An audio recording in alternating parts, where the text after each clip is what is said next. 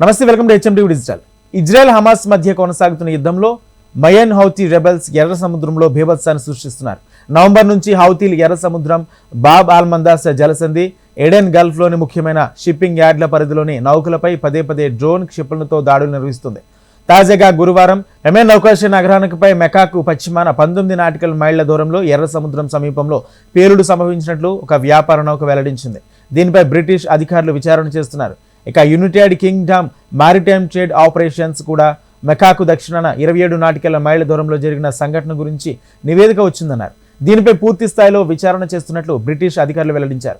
Europe నుంచి United Arab Emirates కు వెళుతున్న వాణిజ్య నౌక వెళుతుందని ఓ ప్రైవేట్ సెక్యూరిటీ సంస్థ వెల్లడించింది. ఆ వాడ సమీపంలో పేలుడు సంభవించడంతో ఆటోమేటిక్ ఐడెంటిఫికేషన్ సిస్టమ్ సిగ్నల్ పంపలేదని పేర్కొంది. కాగా హౌతీ తిరుగుబాటుదారులు నౌకలపై తరచూ దాడులు చేయడం వల్ల వాడవాహక నౌకలు తమ సరుకులను దక్షిణాఫ్రికా నుంచి చుట్టూ సుదీర్ఘమైన ప్రయాణాలకు చేయవలసి వస్తుందని భద్రతా సంస్థ తెలిపింది. ఇజ్రాయెల్ హమాస్ యుద్ధం మధ్యప్రాచ్యంలో అస్థిరతను సృష్టించే అవకాశం ఉందని భయపడుతున్నారు. అలాగే ఇరాన్తో సంబంధాలను కలిగి ఉన్న హౌతీ మిలిషియా యెమెన్లోని అత్యధిక జనాభా కలిగిన ప్రాంతాలను నియంత్రిస్తుంది.